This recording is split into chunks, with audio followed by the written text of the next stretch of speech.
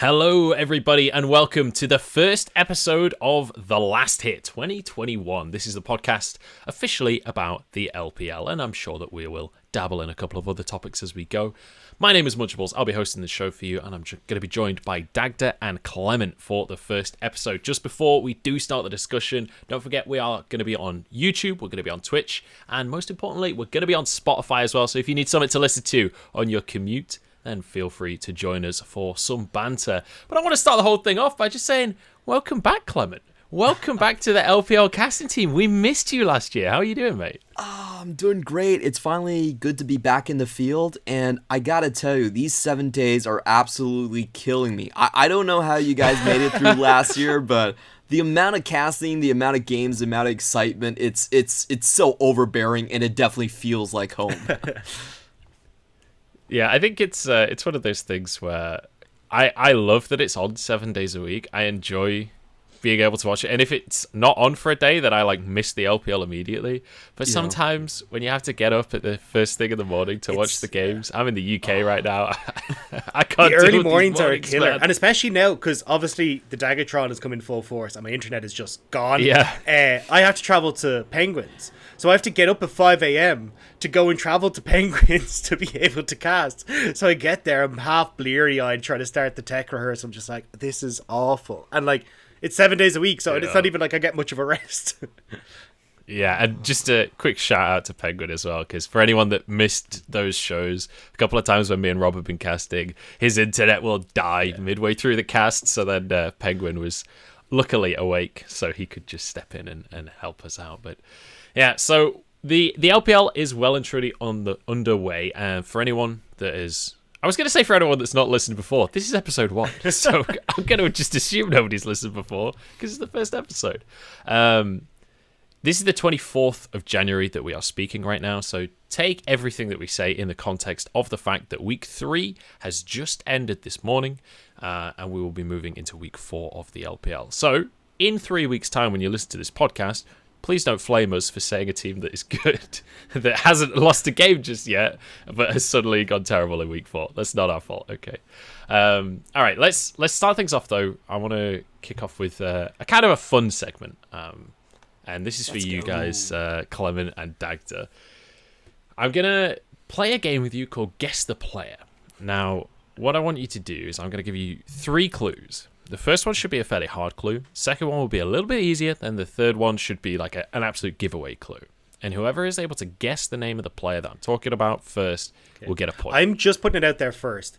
Clement's been a part of the LPL for 5-6 times the amount of time that I've been part of it. So don't try to raise the stakes on me. No, what I'm saying I is wasn't casting last year. if I get 1/6 of his points off of this show, I'm going to be pretty happy, all right? Because I do not... The amount...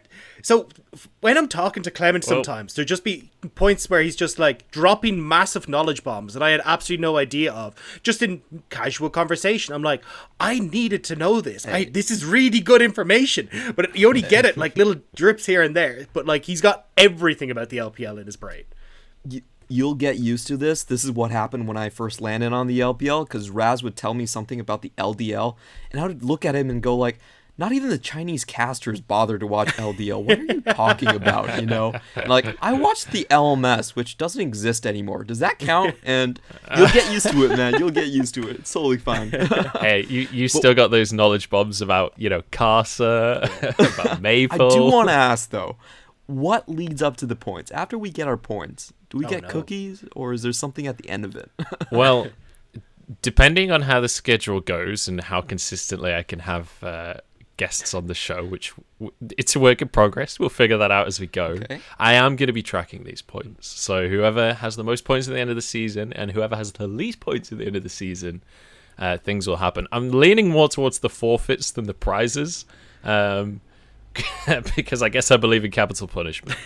I want to punish you guys. So I think you meant corporal punishment. Yeah, I didn't mean capital. I meant corporal punishment. It was like the cogs were turning in my head. I was like, wait a second. Did I just that's harsh. That's really harsh.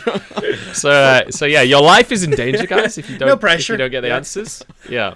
All right, so let's start Guess the Player. If you get it on the first clue, you get 3 points for this round.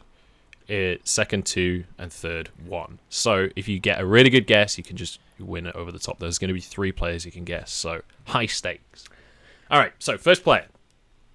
My harder clue is he left the LPL this year. Sword Art? Not Sword Art. Mangle. Clement, you got a guess? What? Oh, not Sword Art. He left the LPL. Can we ask things in return? Like, was it due to retirement or was it due to like being traded away? No, you just get the clue. You just get that. He left the LPL this year. Which and it wasn't hilariously, Sword Art. I have actually just realized that that's not actually true. So pretend the first clue didn't happen. So hang on, right? Let's just quickly. I've completely messed this up. All right, so let's just quickly clarify then. He did not leave the LPL, but he is not currently playing in the LPL. So he But retired. he did play in 2020. Oh, so he became a coach then? That's what you're saying. I'm not saying that. No, So I'm saying precisely what I said. so he Should we go to the second clue? Is that going to be better? Okay, Let's go to the second clue. Let's go. So he was playing in 2020. He's still in the LPL in some capacity. okay. Second clue is he has done some modeling work recently outside of Oh. LPL. How recent? I'm just giving you. I'm not giving you okay. extra context on the clues. I think it's someone who's Is it been at. Oh, I know. Do you want Say to the go answer first? then. what? Oh, Ning. It's not Ning. Oh, Not it's Ning? either one or two. Can I guess 2 people? You can have one guess, and then we do another clue. Okay, I'm going very recent. Is it Teacher Ma? It's Yes! Teacher Ma. Ding, ding, ding, ding, ding, ding. All right. 2 points to Dagda. Two Let's points go. to Dagda. How do you Well know done. he's doing modeling? It popped though? up on I never Twitter. catch up with that stuff. It was on. It was on. I wasn't it's sure on if it was his Weibo Mitsuki and because stuff. Mitsuki last year Yeah, left. that was what I was But I trying to. wasn't I was trying to sure. bait you guys Yeah. into Mitsuki. Yeah. I was okay. going for Ning because all the world's players actually they send them to like the high fashion magazines and stuff like that. So It's but crazy, that's the isn't only one I it? knew. JackyLove is still doing modeling like while he's playing at LPL as Yeah. well. Like every week I see some new JackyLove fashion shoot that he's done. It's absolutely nuts. Anyway, on to the second player. So I nearly said the name of the player. The first clue, and this one's very vague. This player is the opposite of his name. Opposite of his name. Beishang? Missing? It's not Beishang and it's not missing. What does Beishang mean? Sadness. Beishan means sorrow. Oh, yeah, Yeah. I forgot about that one. They're actually both very good guesses, both incorrect. All right, so clue number 2, he's in a constant state of 1v9. Oh, the Shy? It's not the Shy. That was a good guess, but it's more like Oh. the rest of his team carrying him. So let's see, who is that? 9 player. I think I know. What do you got, Clement? All right, give me a guess in 5, Oh? 4, He's joking! 3, He's joking! Shahu. 1. It's not Shahu. It's not Shahu. Okay, and then clue number C. Clue C. Clue Letter 3. number 2. He has won the Summoners Cup Rookie. for the LPL. Rookie. It's Yeah. rookie. You got it. Once it wasn't the Shy, I was like, yeah, it's definitely Rookie. Yeah. I'm glad I gave this 'Cause, disclaimer, and now it's going really well. I was gonna say, yeah, you were just Yeah. lowering the expectation, but setting it all up. All right, so I think Rob at this point has won. Even if you got it on the first guess, you still lose, unfortunately, All right. Clement. But I'm gonna do the third one anyway, just for Okay. the sake of competition or the sake of I don't know, because I want it. All right, clue number 1 for player 3. 2020 was his first year in the LPL.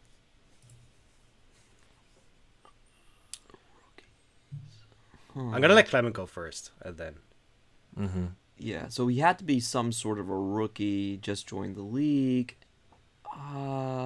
Think about just significant rookies of 2020. I have an inkling. Yeah, who won Rookie of the Year in 2020? No, Dude, that's I my didn't- guess. That year I didn't cast. I know 2019, but I can't pin in on So 2020. it was Bane in 2020. I don't know. Oh, Bin and One Phone, probably one of those two. Are either of you gonna make a guess or? Okay. I'll go with Wanfeng because I feel like there's more storylines. I'll go the opposite. It was No, what? So Dagda wins. Dagda wins with what was that? 6 points. 6 points in total for Dagda. Please don't give me capital punishment. The follow- Give it to me through a syringe, okay? Don't worry. It's going to be at the end of the a lot season. less It's going to be at the end of the season. So the other two clues for him were going to be known for his top lane solo kills, so that would have narrowed it down from just rookies. And then the third clue would have been the world's final pentakill, which I think is fairly obvious as a clue since he's the only person in the category.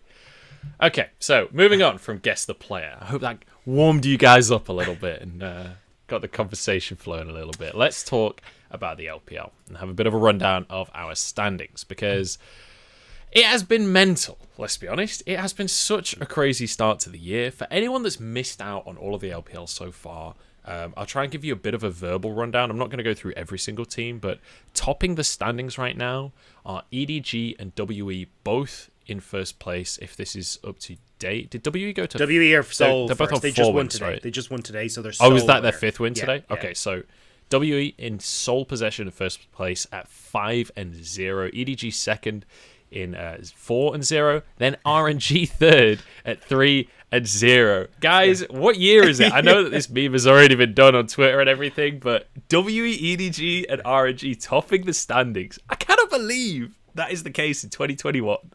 It's back to 2017, baby. These are the exact 3 world representatives that year.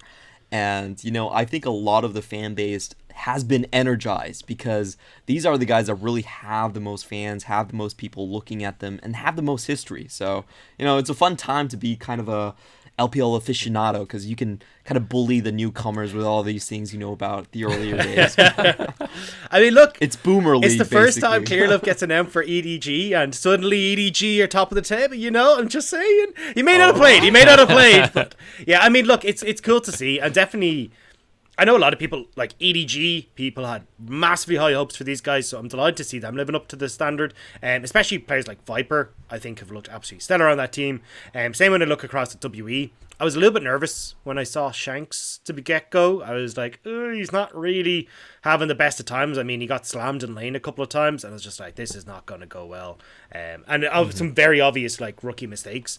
But certainly as it's gone on, Shanks has had brilliant games. I mean, today he had that big shockwave that ended up bringing back the fight against LNG, where we had the massive engage from the Alistair. Like, there's a couple of plays like that where it's like, okay, cool, we can actually get these from Shanks, but they're kind of a little bit hit or miss. So I'm giving him time to develop into the league, but he could definitely over the course of the year turn into some superstar mid laner, and then WE just off to the races. I just want to give a quick random shout out to iWandy on that one, that play you're talking Oh, about. so Because clean. game number 2 between LNG and WE, iWandy literally got a 5-man headbutt pulverize. I don't know if I've ever seen a 5-man so headbutt sad. pulverize before. It's insane. They still lost the The fight only somehow. reason they lost the fight was that, like, everyone on WE had flashes. So, like, he gets the 5-man headbutt, they all land, and, like, 4 of them flash away, so one person gets caught. And this massive Galio that came down after. If anyone else didn't have a flash, that fight was just gone. Like, it was LNG who'd come back off. Yeah. He was trying his damn best, but didn't work out for them. WE managed to get the win. As we said, they're 5-0 right now. Who are the teams that you guys are kind of keeping your eye on? Because, we've got a lot of teams that were coming into the league with pretty big expectations that really haven't lived up just yet. So we've got like Suning, Top Esports, even IG, E-Star as well as a team that I think a lot of people are excited about. JD Gaming are very low down in the standings. Like, who are some of the teams that you think are going to recover? And who are some of the teams that you think maybe are going to stay towards the bottom half? So I'll go first by kind of giving everyone a lay of the land. I don't want to jump in too fast, but essentially we have, 17 teams. You guys are probably going to have the graphics. There's bottom 4 that everyone kind of knows are the lottery teams. Rogue Warriors, LGD, Thunder Talk Gaming. Oh my God. We're not going to be talking about those teams too much because they're essentially trying their luck out with LDL players. And towards the top of it, 1 to 13, all of these teams could be in playoffs. Honestly, the difference between these teams is very, very minimal. So we have a very bifurcated league, and going into this discussion, whoever actually makes it out into the top 4 or the top 2 where you're guaranteed a loser bracket, I think it's going to come down to 1 or 2 games. So it's a very, very exciting league. And with that out of the way, I do want to jump into one team that I thought performed a lot better than my expectations. And that team is going to be FunPlus Phoenix. Because if you look at their changes, they only added Nuggery. And honestly, for me and a lot of people, we didn't think that would fix all of their problems. LWX was, he didn't have the best of 2020. And Tin and Doinby just kind of looked off throughout the year as well. But this season around, there was some sort of a chemical reaction actually happening on this team. Nuggery looked insanely good. And FunPlus Phoenix, they captured a lot of what reminded us of 2019. These weird picks being played in the mid lane. We see Doinby with his solo queue Rise coming back, with his Kled coming back. And LWX actually having a very, very good split. He's very proficient on the Aphelios. He's killer on the Kai'Sa. And this team is just moving together really well. And something that was super surprising is that they're actually team fighting well as well. This is not a team that, really relied on team fighting. And a huge reason of their downfall in 2020 was because we had the Dragon Timers go down to 5 minutes and they had to 5v5 all the time. It wasn't all about lane priority. Suddenly you add Nuggery back into the mix. And this is a team that can roll with the Drakes and actually contest you on all fronts. So I'm super excited to have our world champion finally be back in the mix for that discussion. And I think it does feel very 2019-y with this team, doesn't it? Yeah. Sorry, I was just going to say, I think one of the things that's underrated about Nuggery is just like how well he absorbs pressure. Like every time I see a game, he's an imposter that has a little vault beside him that he just hops into. Anytime someone tries to go and gank him in the top lane, it's just like, cool. He just dips out of there and they're like, where the hell did this guy go? I can't remember what game it was, but he was on the Gragas. And there's like 5 members of the enemy team that are all congregating down towards the bot side. And he just worms his way out. I'm like, how? How do you do that? Like, it was just ridiculous. But from an FPX point of view, this is fantastic. Because it means that you've got this guy who's so cognizant and intelligent that he's able to worm his way out of these situations and relieve so much pressure from the rest of the map. Because they're sending 2, 3, 4 guys up there. They're not getting anything. And then you guys make the cross map with LWX and Chris, but as Clement said, are back on form. And like, it's coming up trumps across the board. They just look fantastic. I thought they were going to be at max like 6th or 5th, but right now they're contending for top 4 really. And I'm not sure how the Raccoons work in South Korea, but in America they have a knack for digging themselves out of dumpsters. They can go all over the place, and Nuggery definitely has that spirit with him. So what you're saying is FPX is the dumpster that Nuggery has climbed himself into. Oh no, I'm saying the people that are surrounding him. No, I'm not FPX. At least it's not the dumpster fire everyone was expecting. I gotta just pitch something to you guys, and you guys tell me if I'm going too far here. Like when I watch FPX, especially recently when Bo comes into the squad, right? They've just got a new jungler in who's an LDL jungler. He was on the E-Star Youth squad that finished 4th, if I'm not mistaken, in the LDL last year. He'd been scrimming with them in the off-season and playing some duo queue with Doinby as well. So there was a bit of preparation in there to an extent. So I think maybe FPX knew that Tien was going to be stepping down from the roster, at least for the time being. He's not retired or anything, don't worry guys. He's just needs some time for his personal health. This team and the fact that they were able to still succeed with this new jungler coming in and maybe even look mildly stronger, like I think that this is a team that could be contesting for finals. Do you think that's an exaggeration at this point in the, like, when I look at them play, there's something like exciting about watching this team play. There's something almost magical there when you're watching the way that they play around the map and the way that they kind of weave this chaos, but it's controlled chaos. Do you know what I mean? Like, there's something there. I would want to start this conversation by going back to the first point we started, where what era is this? Because Team WE, EDG, RNG are on top, and why this is so surprising is not just because 2 of these teams weren't actually playoff teams last split. It's more because nobody really saw them here, because their overall talent level isn't really that high if we look at the entirety of the LPL. And I would say outside of EDG. EDG are in the top 3, no problem, because their talent level is high, but no one really expected WE and RNG to make that leap that far forward.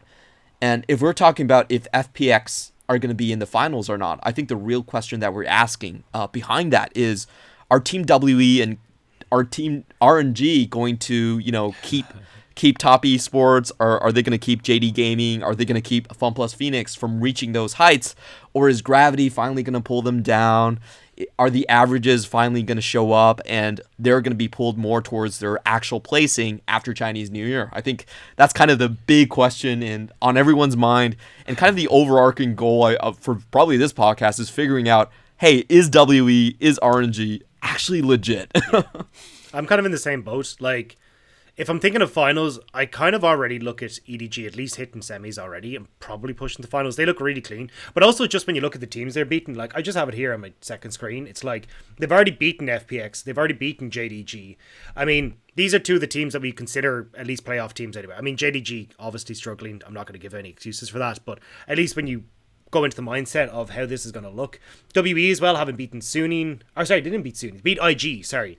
And V5, again, two teams that I'm putting towards the top of the table. Like, having these early wins at least gives them a little bit of breathing room towards the end of the split. And especially when we look at how often those playoff spots come down to head-to-heads.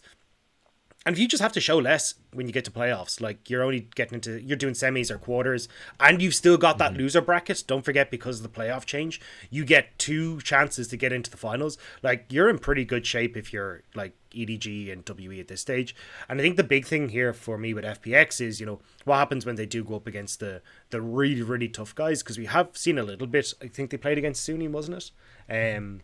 But they end up losing to... They lost to EDG. They lost to EDG, yeah. But yeah, they did beat Suning, which is a plus, but obviously losing to EDG kind of throws a little bit of a wrench in the works. And I'm curious to see, as the split goes on and after Chinese New Year, how this starts to go. And especially with Bo coming into the roster. Like, Bo is a big unknown for me, and a big change to the style of FPX as well. We started to see a little bit of it, but certainly as Chinese New Year comes on, how does Bo affect this? Yeah, I just want to force a straight answer out of you, because I like being adventurous, and I want to hide the fact that I didn't actually answer the question. So is it a yes or no from you, Dagda? Are they actually in finals? If Bo works, yes. I think that was the big thing for me. No, you can't add a caveat to a yes or no. Well, this is... Shut up, all right? Let me explain, all right? The problem is... I like Bo's style. I think Bo fits the meta and is exactly what FPX needs. And I have seen like Crisp and Doomby start to work towards him. We saw it in their last series where, Crisp was invading with them and making sure that Bo could actually get these massive leads, and why he had like 26 MVPs from the LDL or something. Like, this style works so well for him.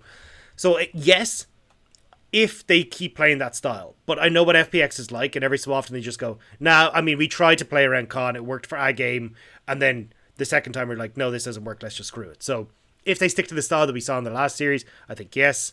They have a very high chance, but I don't know for certain if they're going to stick to that. So do you think it's going to happen though?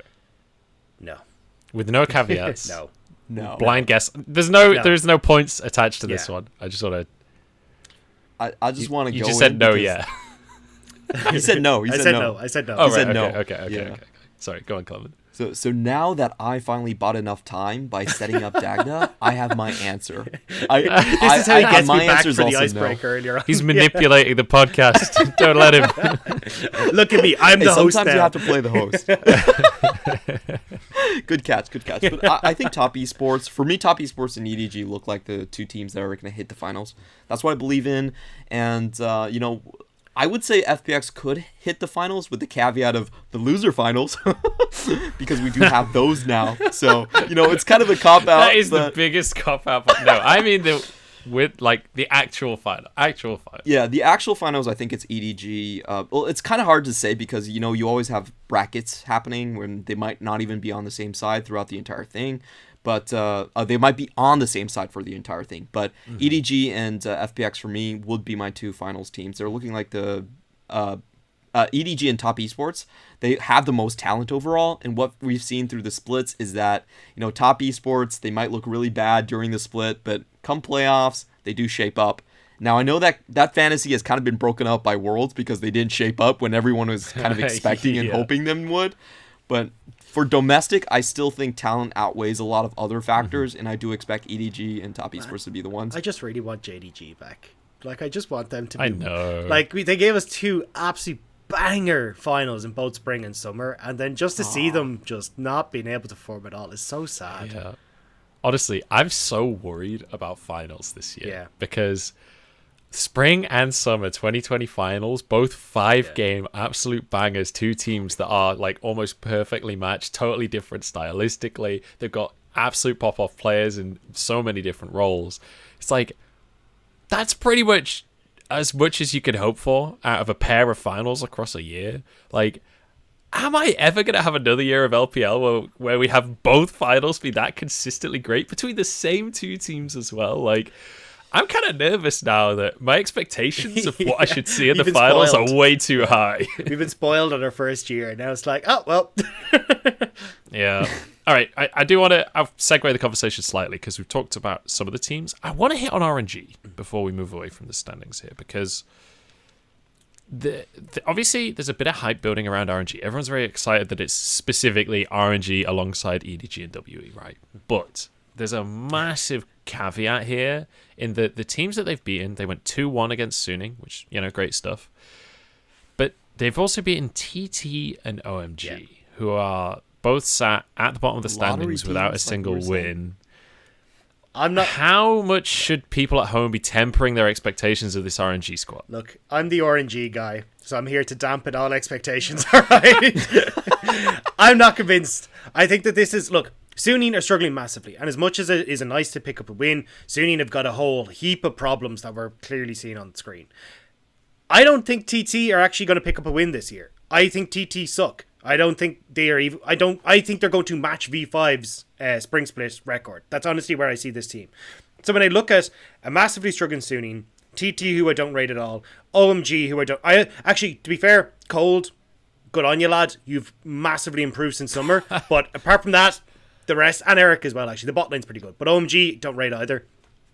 I can get this. Oh, 3-0. Look, they're top of the table. I'm not buying the hype train ticket. I'm not sold.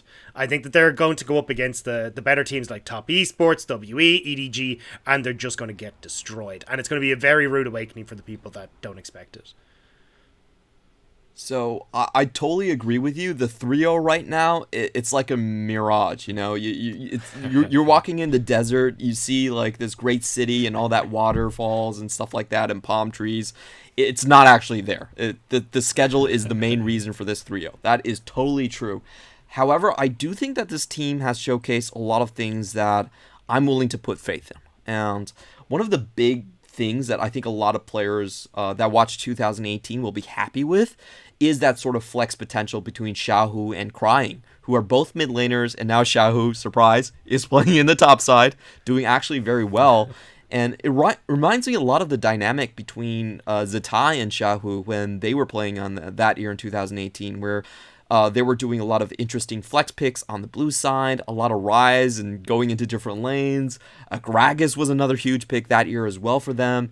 And they were very, very successful, not just because of the caliber of players, but because of their macro and their ability to play 1-3-1. We tend to think of RNG as this monolithic feed the puppy team, but when they were at their peak and when they were the best team in the LPL, what they were doing was actually a lot of 1-3-1. It was a lot of flexing between Xiaohu and Zatai, making sure they had winning lanes all across the board. And this RNG really reminds me of that phase where they had that sort of renaissance that they had, where they really understood how to play around a number of champions very, very well. Like I mentioned, Gragas and Rise were two of the main things. And then try to swap them around for maximum advantage on the map and actually have lane priority. It wasn't all about the team fighting for them just yet. So this is an RNG that is actually going back to something in their history that is tried and true. And I also like the level of talent that they have. Like even if they don't match up to Top Esports or JD Gaming, this is a very talented roster, and it definitely is going to be, for me, somewhere between I would say the 5th to 7th mark in the LPL. I know a lot of people are kind of looking at like Crying and Xiaohu. The biggest person for me in this has been Wei. Like, I think Wei is so damn good. Like and he fits so well with this team. Like super aggressive, wants to get involved with the laners. And as Clement was saying, when you're going for these like lane dominant styles, having a jungler that's able to bounce off that and even just set you up, whether it be like deep ward, so then you can like play this super aggressive top side, so you can actually put the pressure down on something like Gnar or whatever it might be. Like it's super nice to see him. Plus also getting a bunch of kills in the early stages in these lanes. Like I think Wei has just been such a nice fit for this team, but also to see him bounce from E-Stars into such a star-studded roster has been really, really good. I just want to add, Xiaohu is much better than you, and he's much better than Xiaobai. So whoever's running that front office in RNG, good for you. Well done. All right, fair enough. On the point of Xiaohu, I'm just going to say, please don't ever play Malphite AP top again. At that point, I will bring back Capital Punishment, and it'll be on my podcast guests, unfortunately, because I have no access to show. But AP Malphite top. Please don't do that to me. Last team I want to bring up before we move on from just hitting on teams at random is V5, because I know obviously within the Western fan base there's a huge amount of hype for V5 right now. They're currently sat at 5th place in the standings, now above LGD because LGD lost this morning to WE. Where do you guys sit on V5? Because some of their games as well, like they've beaten Rogue Warriors and LGD for 2 of their wins. So obviously, again, similar to RNG, those are very low down on the standings. They also beat BLG though, which is a fairly respectable roster. And they went 2-1, or 1-2, I guess, against WE. So it's not like they're incapable of taking games against some of the top teams. Like where do they sit in your expectations? Is 5th a reasonable place for them to be? I would actually bump them down lower.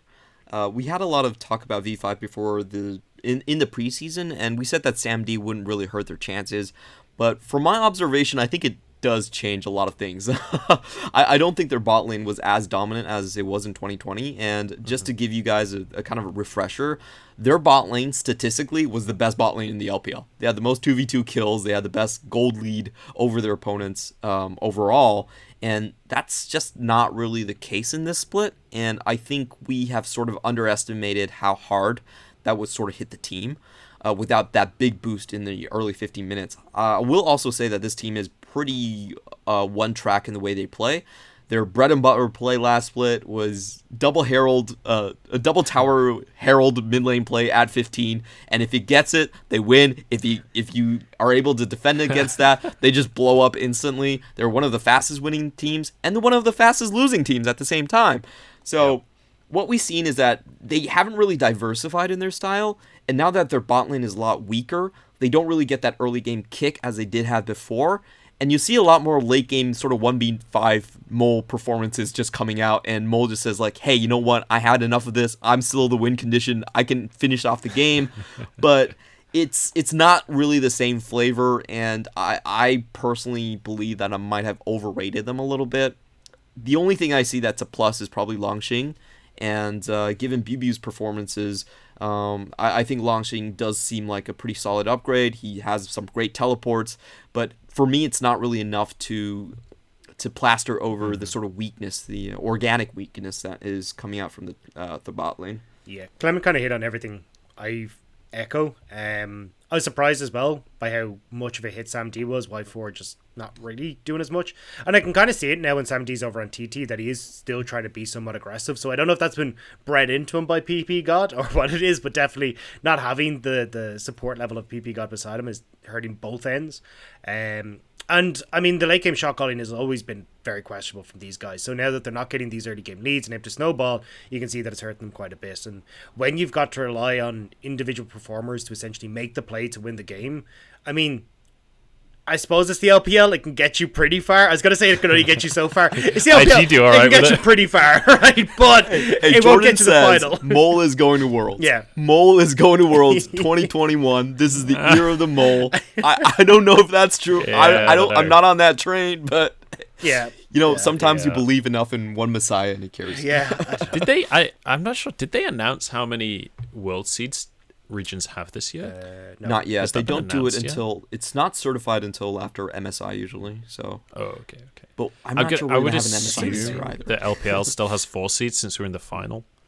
I would I assume mean, that there was it's three LCK and of our LPL four that teams would were in have the 4, right? semi-finals, so I'm going to assume they're like, yeah, give them the 4. Yeah, I would assume that the Three of fourth our seed 4? is We safe had for JDG, LPL. top No, esports. no, I'm no, no. assuming. Only two in the semis. Only 2 in the Yeah, semis. it was down 1G2 on the other side. Oh, true. Yeah, Sorry, Because sorry, we had an entire side of the bracket that was yeah, I remember. Yeah. LPL. We killed so, ourselves off, but that doesn't really count. Yeah. Okay, but I would assume that it will be top 4 anyway. Moving on from world seeding. Were there any other teams that you guys specifically wanted to talk about today before we move on from talking about the standings? I know, Clement, you brought up... I've already forgotten who you brought up. Was it WE you brought up? We can save them for later. I'm pretty sure we can stick them into a segment for later. Okay, sure. The only one that I'm kind of keeping my eye on as well is BLG. I'm kind of waiting to see what way this team breaks, because I'm looking at, like, I think Aiming has looked really, really good. I think Mark has been hit or miss, as Mark always is. But I'm kind of hoping that after Chinese New Year, they're able to get a little bit more work with each other. But I'm hoping that this team actually could. I don't think they're going to win. But it'd be interesting to see how far this team could go if it did make it to playoffs and if they can get their stuff together. Yeah, I think one of the brutal things about these teams that are sort of in the middle of the table or slightly lower is there are 10 slots for playoffs, right? But if you end up against the wrong opponent towards the start of playoffs, even if you're a reasonably good team, you're going to be finishing in 9th or 10th, you know. So certainly if there are some of these teams, like, for example... 2020. Yeah, exactly, right? But, like, if you bring up teams like, for example, JDG. If JDG kind of wakes up towards the end of this season, maybe they get the Xie Mystic thing going. Maybe they just go back to Loken Lumao and just get their mojo back. That could happen really late in the season. They just make it into playoffs in, like, 10th or 9th place. But then if they can look like they did in 2020... they're just going to go through that side of the bracket and just tear down all of these middle-of-the-table teams and ruin dreams of everyone involved, basically. So I think that as you mentioned before, Clement, how stacked this league is right now, there is a ton of potential for dreams to be absolutely shattered when we get towards the start of playoffs. And this is super interesting because in these type of brackets, there's a lot of situations where deciding which side of the bracket you're on can actually help your chances tremendously, because there's also a chance that if you make your way up against 2 opponents that you're favored stylistically, then you get a loser's bracket too. So the jockeying here is going to be incredibly intense, and honestly, just landing on the right foot, there's a really real possibility where you win 1 extra, get on the wrong side of the bracket, and just throw your chances out. But, we don't want to talk about that stuff too much. It's much more important to just focus on your gameplay. I do want to hit on kind of something that you touched on there, is just like how close we often end seeing the bracket be, like where it is just 1 win or even coming down to game difference deciding whether you get into playoffs, you're seeding in playoffs. And I know that everyone kind of like writes off that, oh well, it's before Chinese New Year, but they matter. Like, these games at the end of the... Like, we kind of forget because the split is so long. But the time we get there, these games actually mean something. Can I mention again LGD out of 2020? Because they had the best matchup in the world against WE, a far superior team. And then they met IG, who shit the bed. Yeah. And then they're like, oh, we're going to Worlds? Yeah. What? Oh, sweet. So hey, that's pretty good. It's good a real job, possibility. Yeah. It was that was something. Hey, they made it further though, right? With how they started playing, they made it a lot further in that tournament than I expected. Let's not talk about Worlds. It's been talked about. Let's move on with our podcast. So initially when I wrote the plan, obviously this is episode 1, so forgive me that this has been quite a loose format so far, and we'll improve it week on week. Originally I was going to ask you guys for a team of the week. I am worried that maybe we have talked too much about the standings and have already talked about your guys' teams of the weeks. But if not, do you want to give me them now? So Dagda, we'll start with you. I'm kind of caught between a few of them. We already kind of touched on FPX was kind of the one that I was looking at. And again, we kind of talked at length about hey, Nuguri coming in is giving them a lot more strategies, whether they want to go through, playing through Nuguri, where, Nuguri, by the way, we talked about it, had played a unique champion every single game that he's played in the LPL, apart from his one yesterday where he played Nar twice. And even Nar was another unique pick. He's played 9 different champions so far. It's absolutely insane. So you can tell this guy's got a champion Ocean, and they can play so many different styles. Whether they want to bring out like the Jace for him, or they want to go Nar and he plays a little bit more aggressive, or he just goes back towards the Ornn and he still comes out with a CS lead for some reason. Like, stuff like this I think is absolutely incredible. And when it then lends itself into the strong team fight that Clement already touched on, and as well with some of the rookie talent coming in with Bo, I think this is a team that really, really could do well. And we're starting to see the cogs turning. I just want to see if FPX are going to adjust as this kind of the internal system that they have, and whether we're going to see, you know, more standard mid laners from Doomby, like he's started to go towards the Victor and that kind of thing, and we actually get these front to back style team fights, or if we're going to go back towards like the Rumbles and the Rises that he's been so proficient on even in this split and with those really creative plays. I totally agree, man. FPX is a team that's high flying.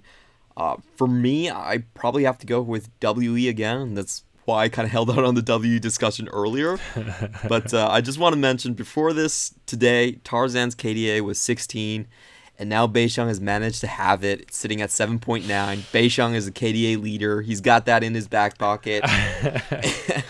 A huge blow. Can I just quickly add one thing about W before you go, because I know you're going to hit absolutely everything good about W, and I'm not going to have anything left to say. Please go. I just want to say, watching Beisheng today against Tarzan go in, and somehow the community expectation was that LNG was the favorite. I was just like rubbing my hands together like, this is going to be a clean 2-0. W are going to just smack this one out of the Tarzan park. denied Beisheng the pentakill. So who's the real winner? True. Here? Who's the real winner? The ultimate revenge. The ultimate revenge.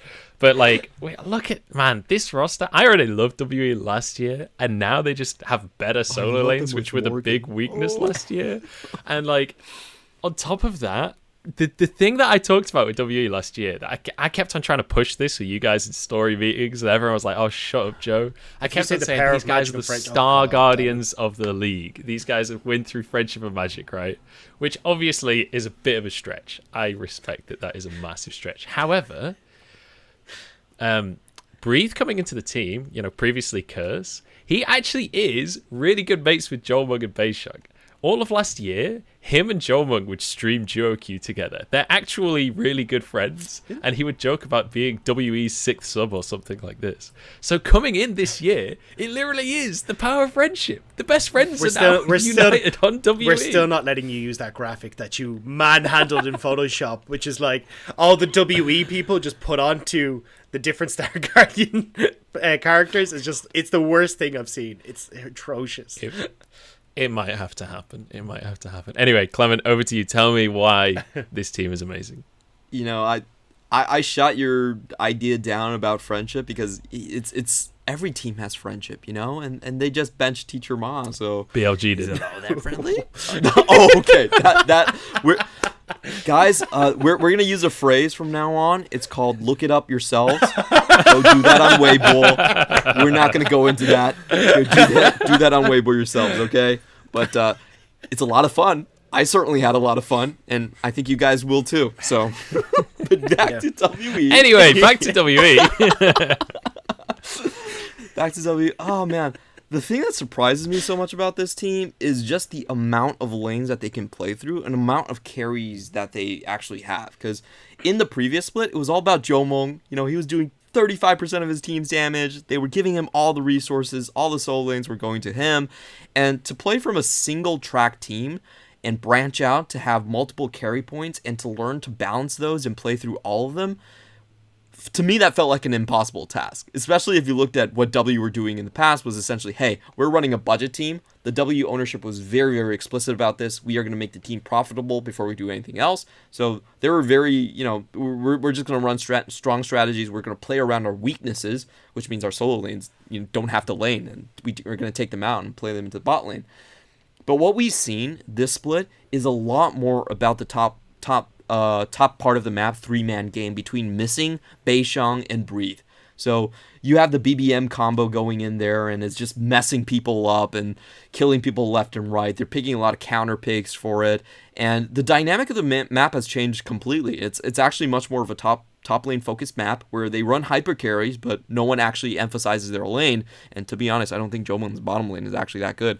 But to come out with a new dynamic and to beat everyone with it is super surprising to me. And we're seeing Beishang reach new heights where he wasn't really allowed to before, where he was much more about, utility, setting up lanes, and kind of keeping tracks on the enemy jungle. Now he's actually a legitimate carry, getting most of the action, getting most of the resources. And we saw today in the games versus Tarzan, when you give him those resources, he's going to start executing people left and right. So W has to be the team to watch for me. Their growth in both their talent and their style is so exciting. I feel like to watch. Cold has taken on the OMG curse because it's like, at least in the top lane, like Curse was still like top 5, top 6 all of last split when we looked at how good he was as a top laner, and now he's come on to WE and you actually get to see what he can do. And now I'm looking at Cold and OMG and like, these roams are sick, these plays are awesome, like Cold has really stepped it up.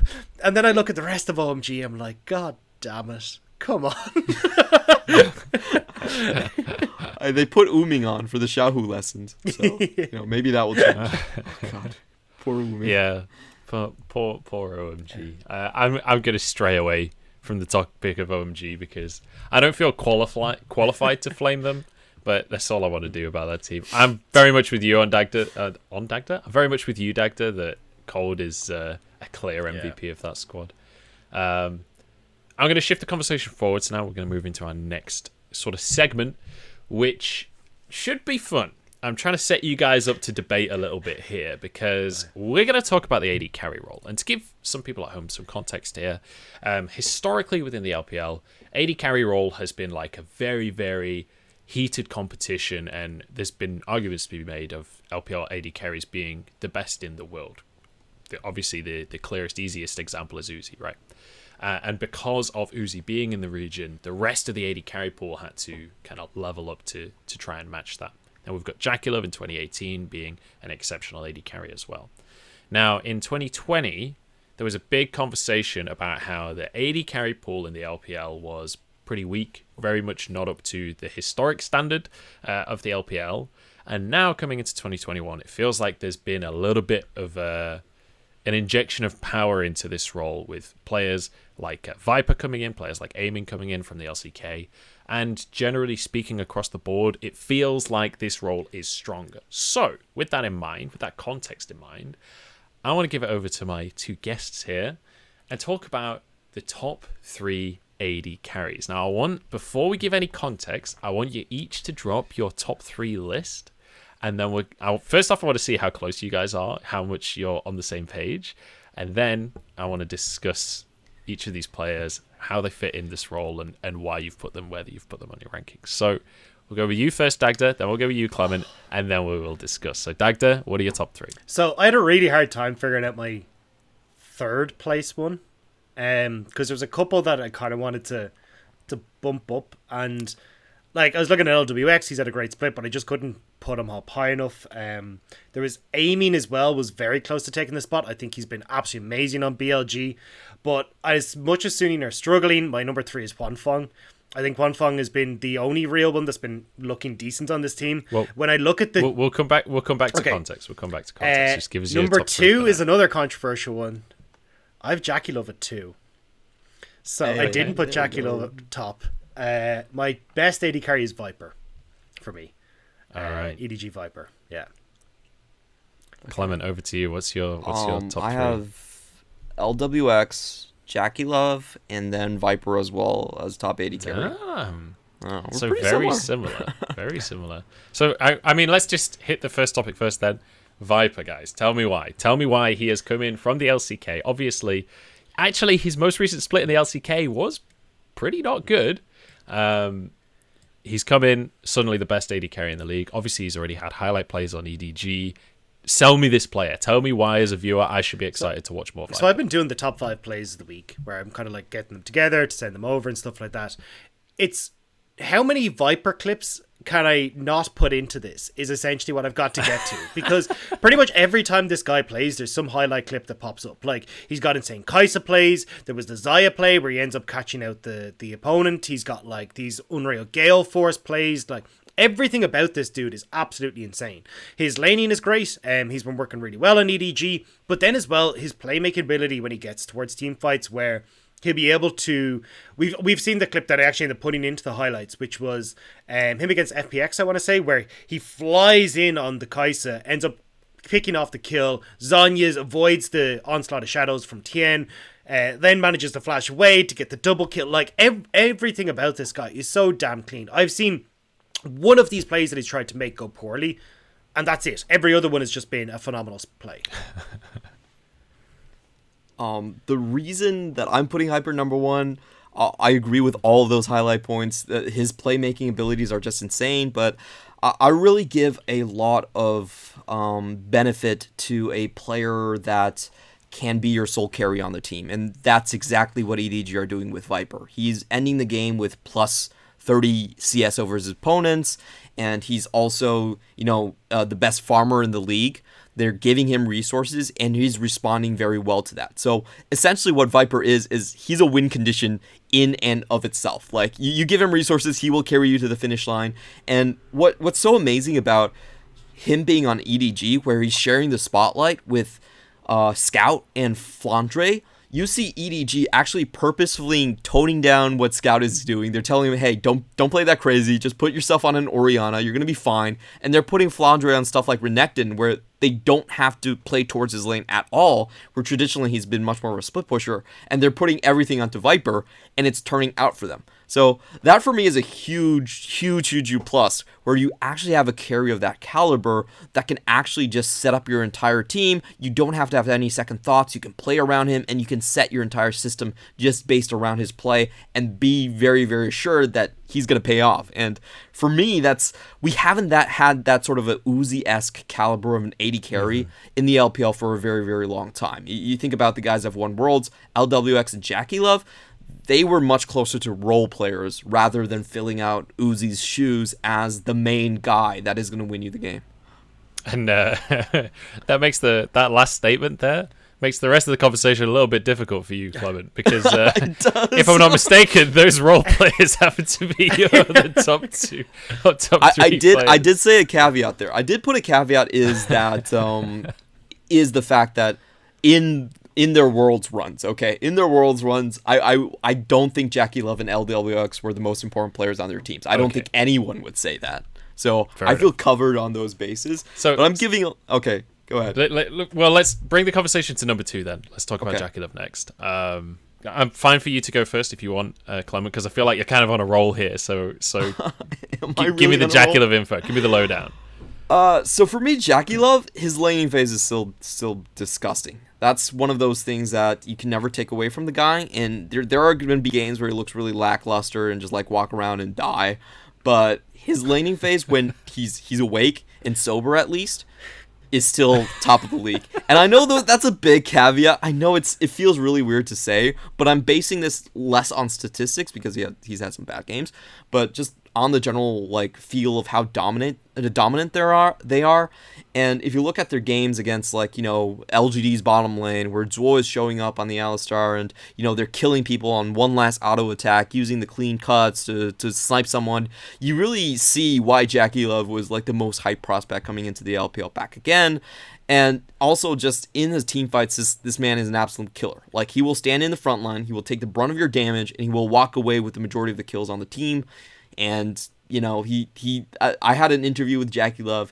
He knows what he is. He's very true to himself. He says, I'm a dumb Draven player. I deal the most damage, and I'm going to stand in the front lines, and if I die, it doesn't matter. But he's really good at that role. He's extremely good at that role. He's great in laning phase, and he will always dish out the damage that you want him to in team fights. And honestly, talent level, I still see him as above LWX. I see this guy as having a higher ceiling than my third place. That's why I'm putting him second. Dagda, where are you at with Jackie? Same as Clement. I think he looks absolutely fantastic. But the only thing I'm going to add is that I love how he can look amazing on so many different styles of champions, right? Like, we've seen the 1v4 outplay that he had in the Kai'Sa. And that's where his bread and butter is, where he looks just absolutely insane, pulling off these high-octane mechanical plays. But some of the things we don't talk about a lot is like when he goes back onto something like Jin, just his ability to read team fights, exactly where he needs to be positioned. Like one of the big things for Jin is when do you open up with the ultimate? Like what is your ult usage like? What is your deadly flourish usage like? And what I love watching is his intelligent play in these team fights, where he'll often hold on to these deadly flourishes for such a long time until it's that crucial moment when you really need that deadly flourish to hit. And even when there's all this chaos, he'll find that picture perfect one. And it's the same when he opens up with the likes of the curtain call, where it'll always be just the right time, but onto the right people, and the mechanics again coming through where he's consistently hitting those fourth shots. So I love how we get the two styles, where he's very capable of being in the front line and being the no-brain Draven player, but also you can see that as true to himself as he is being, there is still the intelligence there when it needs to be on these not so flashy champions like the Jhin. And I just want to say, without JackyLove, Top Esports is actually a bottom team. He's getting 41% of the kills on his team right now with Knight, with 369 on the team.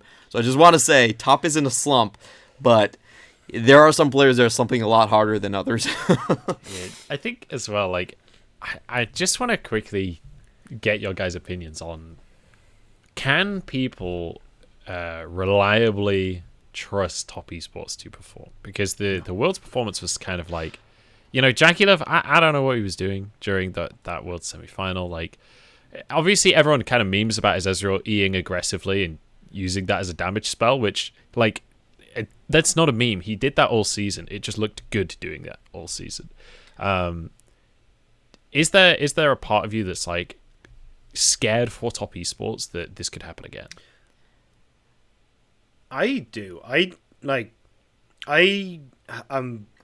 very worried about the way Top Esports play.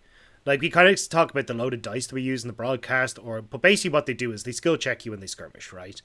And the thing is, that works in the LPL because they're better than a lot of the players. But when you do end up going up against the best in the world, they're just as good. Like, that skill check isn't going to pay off.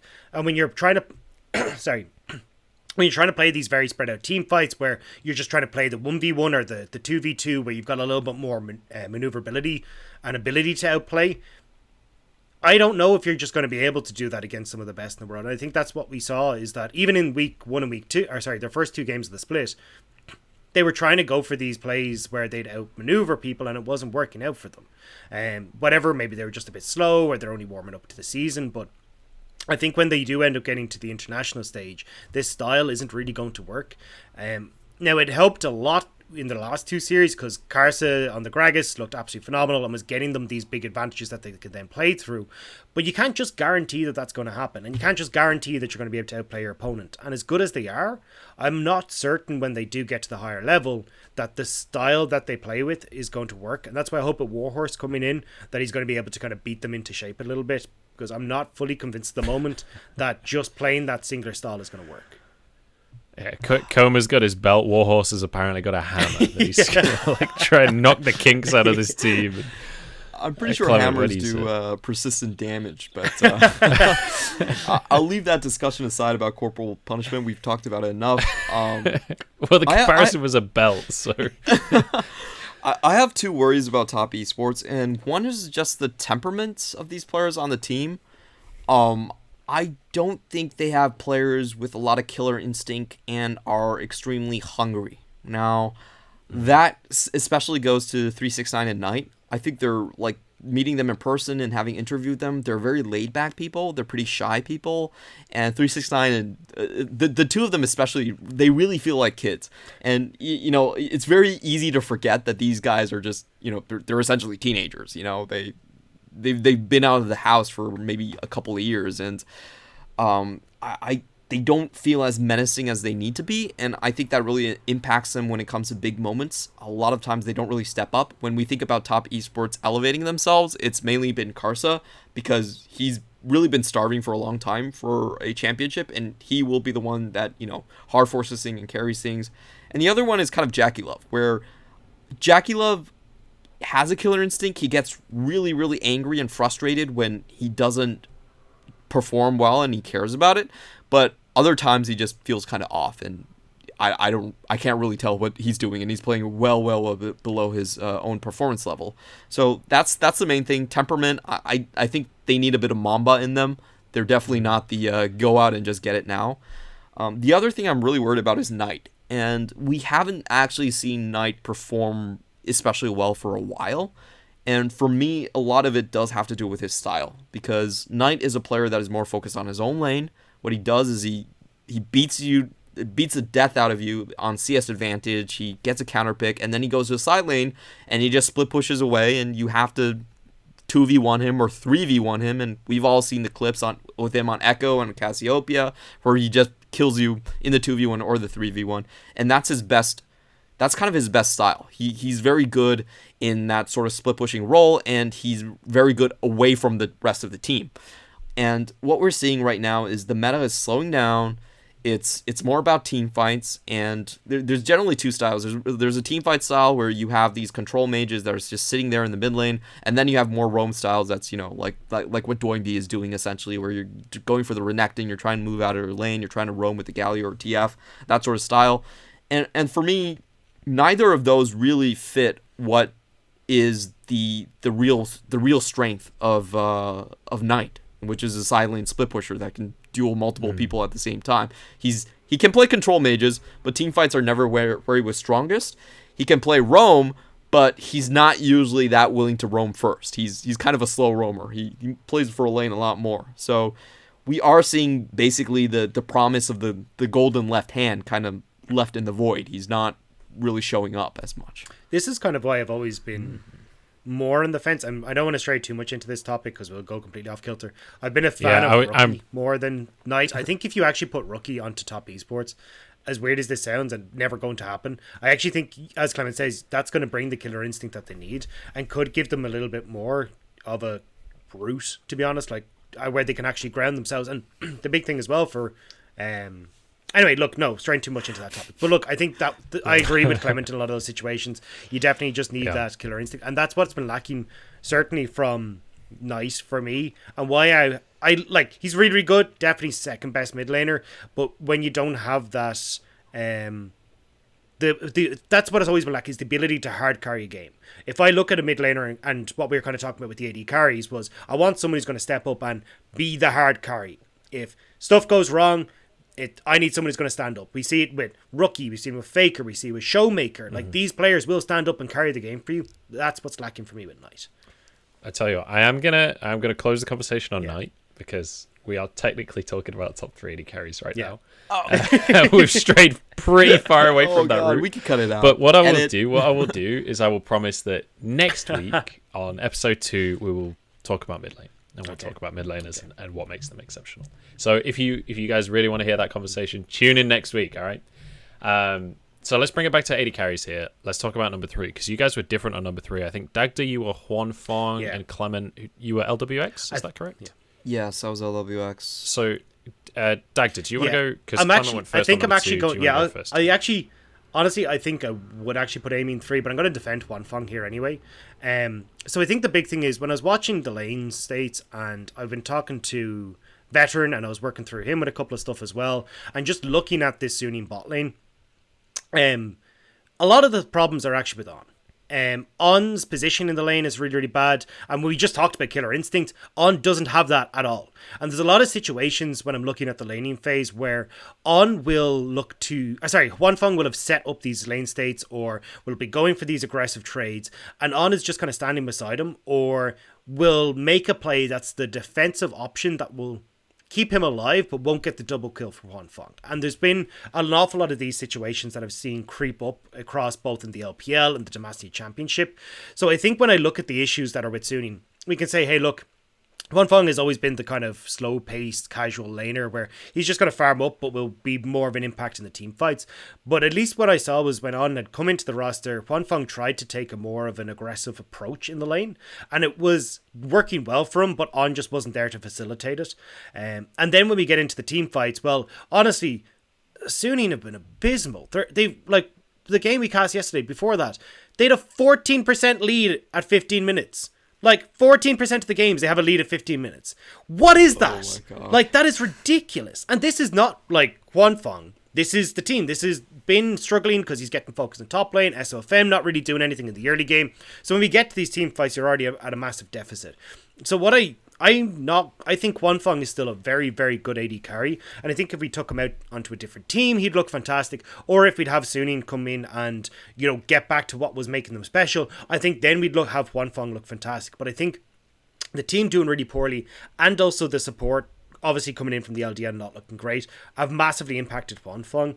And I still think if we come back and we reapproach this when Suning are looking good, or if Wanfeng ends up on a different team, we'd all be like, yeah, Wanfeng's right up there, he's looking fantastic. But I think at the moment, the problem for him is that the team as a whole is just not being able to play around him.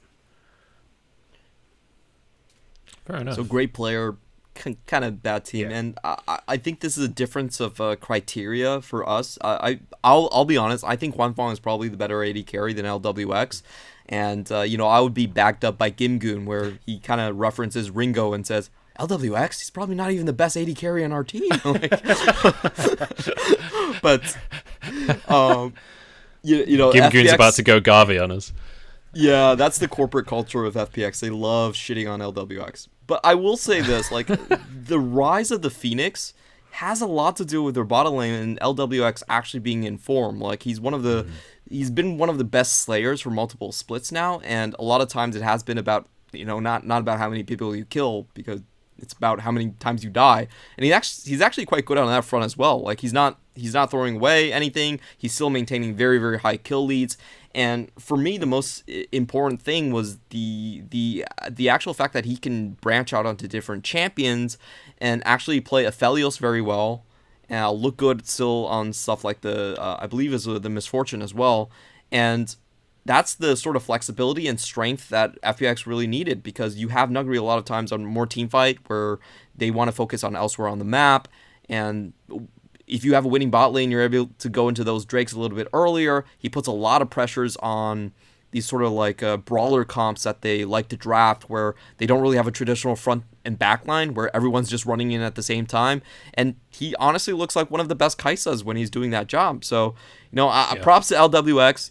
I put him here because of impact. I'm not going to say that he's the top 3 AD carry on my list without FPX's endorsement, I guess. But for me, he has been one of the most impactful ADCs.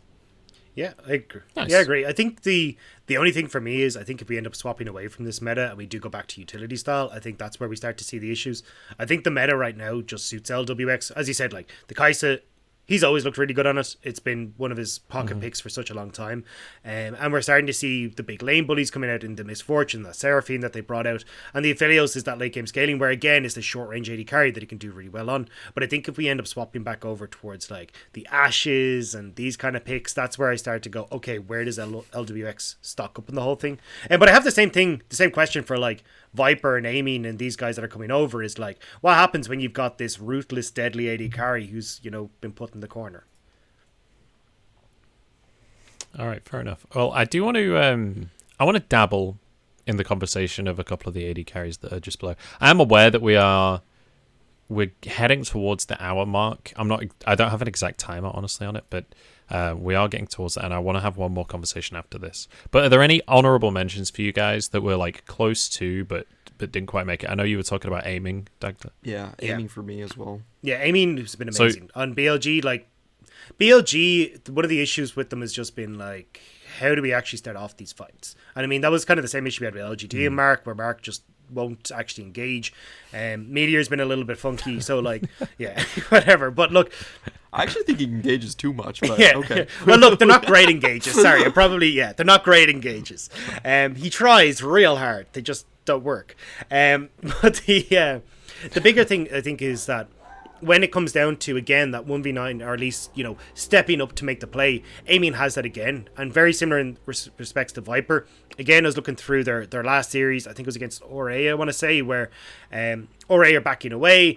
And Clement, you were actually casting this, which was Viper goes in and sets up the entire team fight. And all I hear is Clement go, what is this guy doing? And then it's like, he actually won. What? Wait, what? That was so tragic. Yeah. Oh my god. But that's the kind of thing that I want to see out of these guys, and it's nice that Aiming is able to bring that to the team. Plus, even on the likes of Jin, I think Clement, you mentioned as well that he might have been the shot caller, I want to say. But anyway, he was like roaming up from the bottom side of the map on this Jin, was like taking pop shots at the mid laner just to create a little bit of mid lane pressure and get a bit more room there. Like, these really cool and creative plays that I love seeing. And definitely, I actually probably would have slotted him in at number 3. I just wanted to have a bit of a rant about Wanfeng and how I think he's been held down. All right. Misrepresenting your top 3 just so you can Hey, I mean, look, that's my kind of top 3 right there. It's okay, all right? I'm sorry. I didn't realize you guys were going to be like 5-head big braining me so hard and manipulating my topics, but there we go. Clement, do you want to have a final say on Aiming before we move on? Yeah, I totally agree. For me, statistically, he's the best laning player, and the fact that he's willing to throw down so hard and just go for these, like, on the knife's edge play, where a lot of AD carries, if they've been in the hyper carry role for too long, they don't really put themselves in jeopardy, like the way Aiming has done, is so interesting. And I also love his creativity, because what happens a lot, I'll kind of clarify on what Dagda was referring to, what happens a lot with BLG is Mark and Bew will try to go in, they'll do a terrible job at engaging, they'll have no crowd control whatsoever, and the enemy team just walks in and kills Aiming.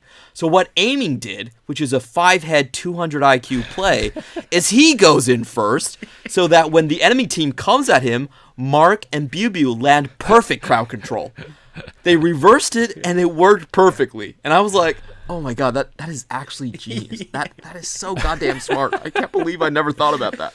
I would love to like ask him in that moment whether that was like a planned out thing that Aiming did, whether he acknowledged this weakness and was like, okay, here's how I can circumvent that, or whether that was just like, oh, I just thought I could get the kill. I thought I could go in. He probably just got impatient. Honestly, he probably was just like, oh my god, this ends this game.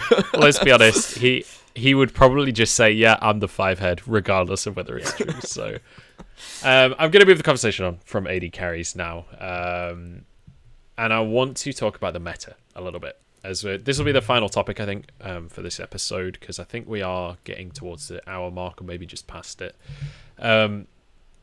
Let's talk about what's good in the meta right now. And I want to hit on a couple of power picks that we've seen and what you guys think of them, whether you think they are deserving of the priority that they've seen. The first topic I want to hit on is Gnar, because it's already been a topic within the community. We've got some analysts that are like, I hate Gnar. I'm talking about LS, obviously, for anyone that doesn't know. He hates Gnar. He thinks it's terrible. We've got other people. I was watching Dom's stream earlier today, and he was saying he doesn't hate Gnar. He just thinks it's more situational.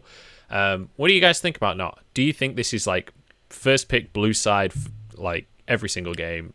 Because we've seen that more than I think is fair. Yeah, I lean into the situational. I think I'm surprised to see him get away with blind pick as often as he does. Like, there's a lot of champions that do really, really well into him. And I think that if you're in a situation where you know exactly what you're up against, yeah, cool, go Gnar. You can start to get a lot of like poke underneath the tower and these kind of things. But when we've got champions like Jace and stuff that you can still go back to, or even Kennons and this, that just make his life a bit of a living hell, it doesn't make a huge amount of sense to me why we're not seeing a little bit more of it.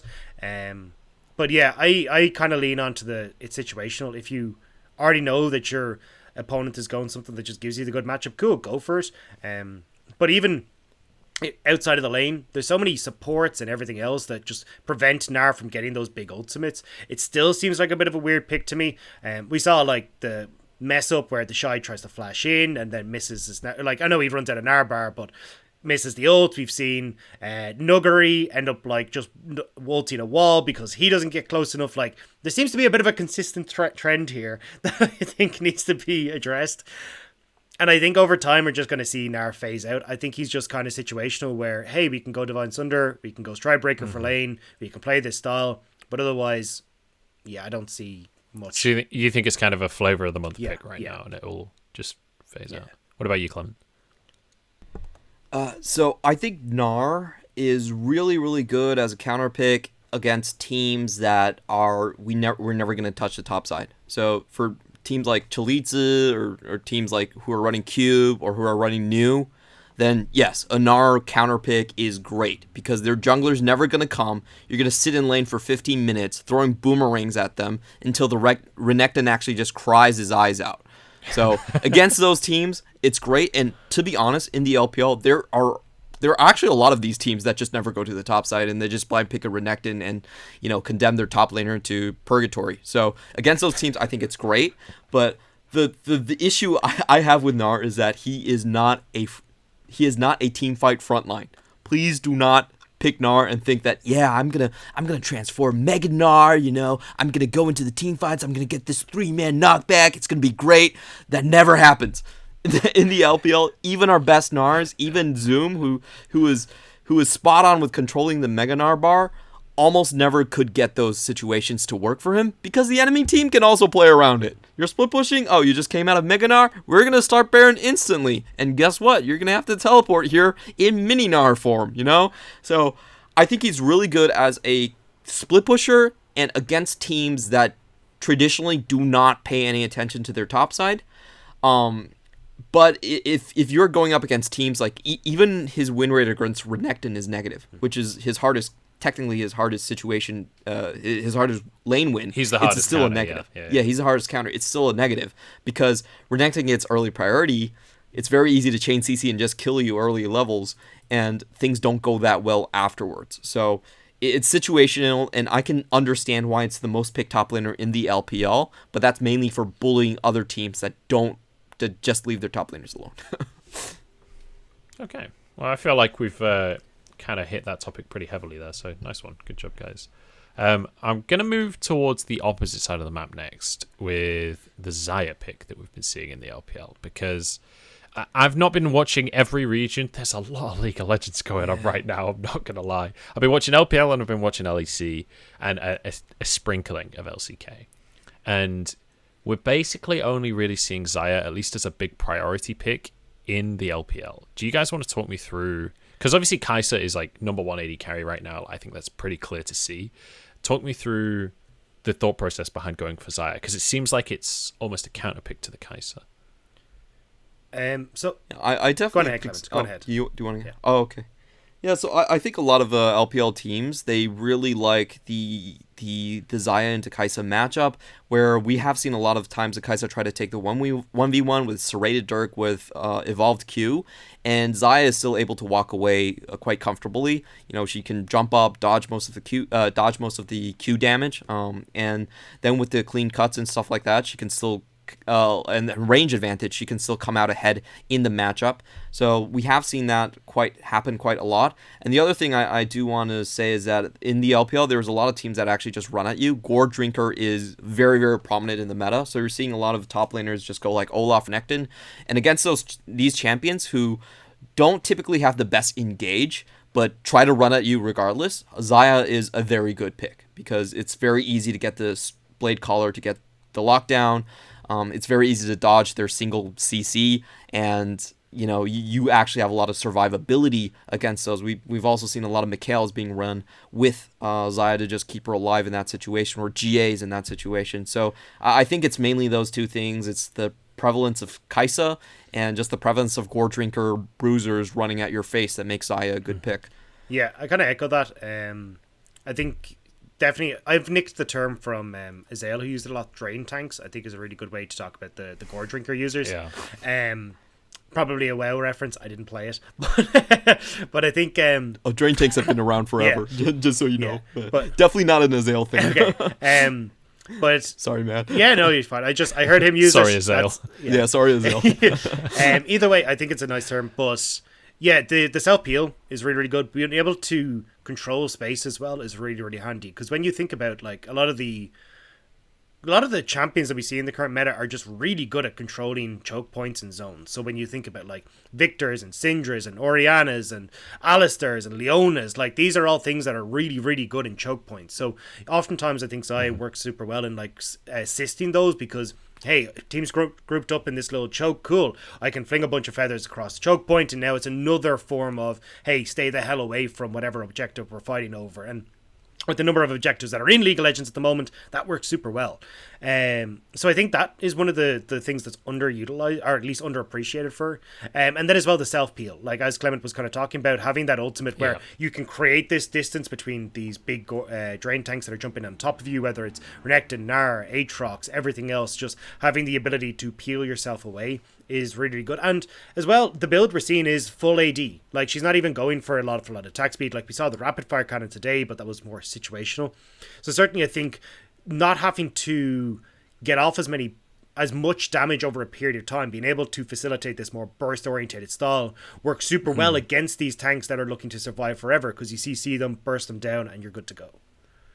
And one thing I will say as well is some team fights you'll see that I've seen this a couple of times now where the Xayah is just auto-attacking the entire time. They've not been under much pressure. They're getting their passive off consistently and throwing these feathers onto the floor. Then they ult, and then they Blade Caller and pull like 1,700 feathers from all different directions and one-shot the entire enemy team. It's like, good God. How there is no position left in this team fight where you can dodge this Blade Caller anymore. And when, like you say, when you're building just AD instead of attack speed, the damage on Blade Caller is, I think, heavily underestimated, to be quite honest. Clement, you look like you have something to add, but I may just be misreading you there. Okay, I'm just misreading you, I think. Yeah, I just wanted to say that a lot of times in these meta discussions, I don't see the LCK teams as being, too far apart from the LPL teams, because they all play on the same server. They essentially all know each other's picks, so they share the same champion pool. And a lot of times the differences that viewers might not understand is because, number one, LCK typically does play on a later patch than the LPL does, so they're actually in the future compared to us. And the second thing is they don't play as much Renekton. Like, you've heard Ellis talk about this. Renekton is the LPL's baby. We love that crocodile. We will pick him. It really started from season 3, but we've always taken that champion. And on their part, on the LCK's part, they don't really go for a top laner that like only gives you priority early. Is not really that great in terms of team fighting overall. They're much more focused. For instance, the LCK is much more focused front to back, and they index a lot heavier into Aphelios compared to the LPL, where in the LPL front to back is, I wouldn't call it the best composition at all. I think the win rate for pure front to back with Warren has actually not been that high outside of a few specific teams. So that's kind of the difference, and it's not. I think the players at the end of the day, they all play the same champion, but the way the teams are structured and some of the coaching opinions based on that do sort of veer towards one direction. And I really think it's more of like a ripple effect coming in from the top lane, and just the way that the LPL prioritizes early game priority and leading to Renekton, and it has a lot of knock-on effects on the meta. So a lot of times these discussions spiral out. Sorry. Yeah, that's very true. I do want to hit on one more champion before we close out the discussion, and when we close out the discussion, we'll close out the episode as well. I want to quickly hit on Graves, because Graves, as of the end of week 3, is still the highest pick rate jungler in the LPL. His win rate is currently 31.4%. He has 11 wins and 24 losses.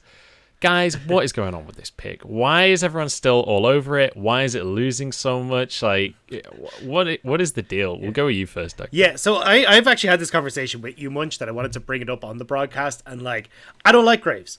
I think he's a bait pick. I think the biggest issue for Graves right now is that with the prevalence of AP junglers like Talia, Lilia, Nidalee, all being able to abuse just the range and clear just as quick as him, but also then the amount of range that's in this meta at the moment as well, between like Zoes and Oriandras and Syndras and just the Victors as well. Where does he fit in? Like, he tries to go in close to get into these team fights, and he's just getting blasted from every direction from a lot of AP damage, which doesn't suit his kit, and he's not getting these advantages that he was looking for previously. So honestly, I just don't see how Graves fits in. And I think, yeah, he's probably great in solo queue where teams aren't as coordinated, but when you've got these long-range compositions with a bunch of zone control, and you got all these supports that are gunning for you with a heap of CC, you just can't do anything.